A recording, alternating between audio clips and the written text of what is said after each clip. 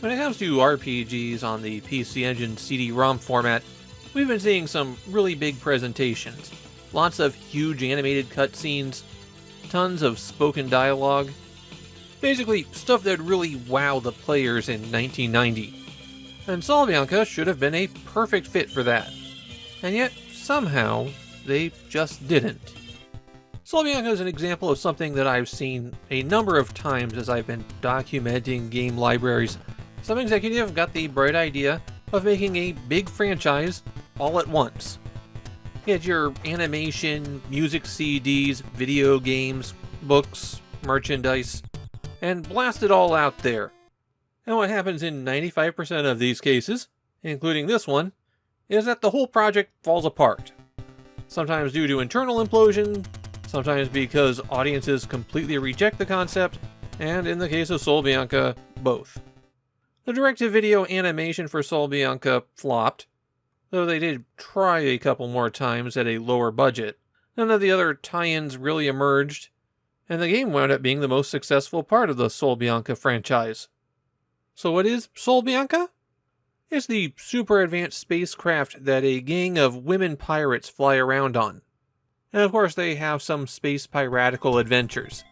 I'm not being more specific than that because, well, even in the game their roles are kind of ambiguous. The game has 7 small stories that you play through, and in the first one, the crew has wound up on a planet where there's a monster making trouble on the northern continent, and all they have to do is get up north and kill it. In this first segment, there are no cutscenes, no voice-acted lines. It's just a straightforward RPG scenario that doesn't even really use the CD.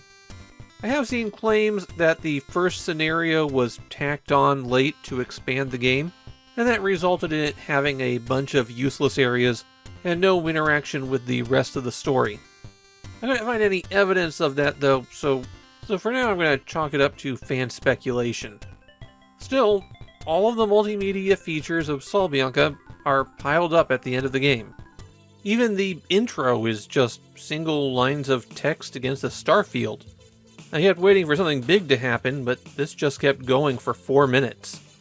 Now, I did get one voice-acted cutscene, and it gives you a good example of one of the more notorious things about the game. Here, just listen.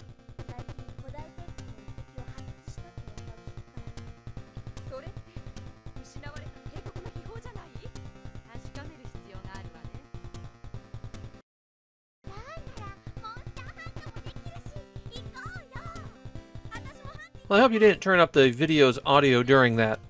The CD tracks here are mixed super low. They're almost inaudible.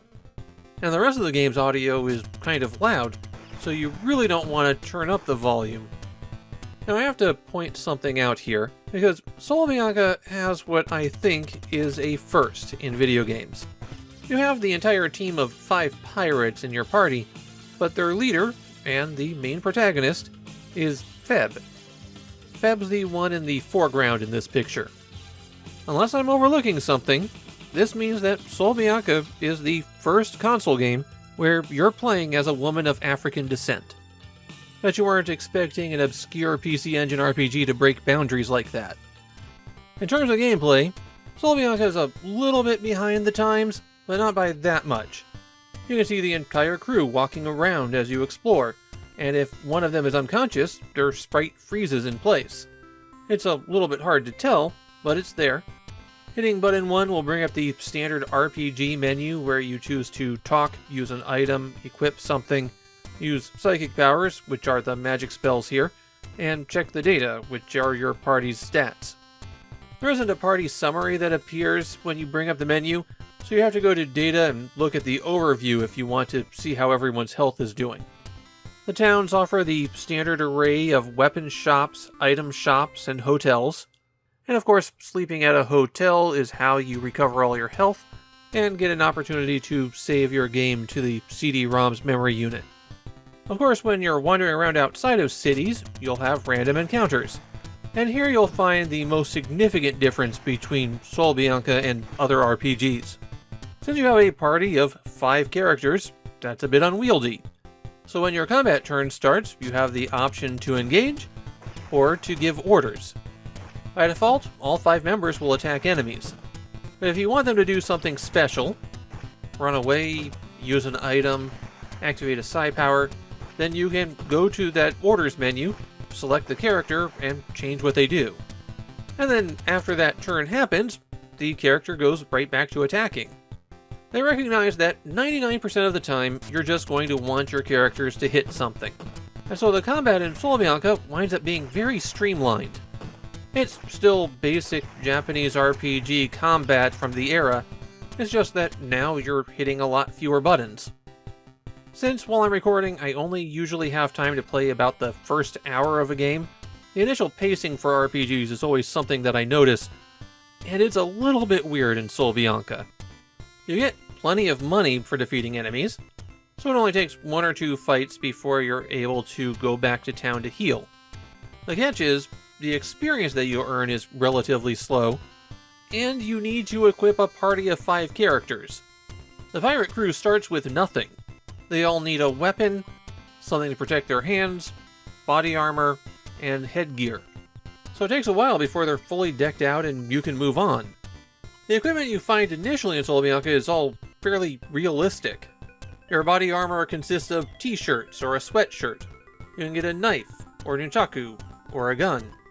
The handguns all have limited ammunition, and when it runs out, you have to use the clip in your inventory to reload it. When you level up, you get a few points to spend on one of your abilities. You can improve your skill with melee attacks, ranged attacks, offensive powers, defensive powers, and PS.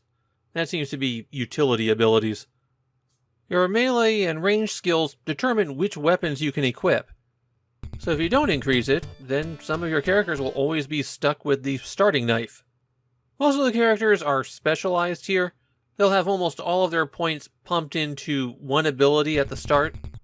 Since you have to level up a few times before you get your psionic abilities, I think your first few levels are best applied to improving your weapon attacks.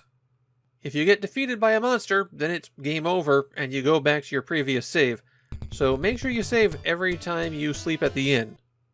The response of modern Japanese players to Soul Bianca is rather muted. RPG fans seem to appreciate how quickly the game moves, but don't have a lot of other praise for it. My own feelings are that I think Soul Bianca's a fairly approachable game, thanks mainly to the streamlined combat. However, it also doesn't have any wow factor. Or I should say, it doesn't give you a lot of wow factor up front. There are some neat things, like how the boss monsters are so huge that they break through the combat interface, and how you've got some real control over how you build your characters. But those features are in a game where you have generic RPG towns and generic RPG dungeons. For a game about space pirates, there's not a lot of space piracy. Soul Bianca winds up feeling like just another RPG of the era. That's a shame, since it's got the outline of being so much more.